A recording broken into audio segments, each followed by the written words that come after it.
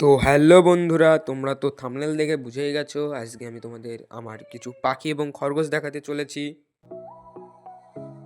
তো এখানে আছে পাখি, তো খুলে তোমাদের দেখাই।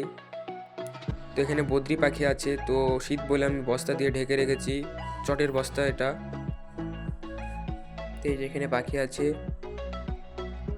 আর আরও এক জায়গায় আছে খরগোশ, তো সেখানে যাই। যেখানে আছে খরগোশ, তোমরা দেখতে পাচ্ছ একখানায় আছে খরগোশ। তো ওকে কিছু খেতে দিই, যেহেতু সারা রাত কিছু খেতে দিইনি। তো ওকে খাবার দেওয়া শেষ করে আমি চলে এসেছি মাঠে। তুলসী গাছ আছে, দেখতে পাচ্ছ, তুলসী পাতা তুলতে। এখন যেহেতু শীত, তাই আমি পাখিদের তুলসী পাতা দিয়ে থাকি যাতে ওদের ঠান্ডা না লাগে। এটা 12 মাসই দিয়ে থাকি, শীতকালে একটু বেশিই দিই। তো এই যে পাখিদের রিয়েকশন দেখো কেমনভাবে খাচ্ছে। তো একজন খাচ্ছে, আরও একজন চলে এসেছে খাবে বলে।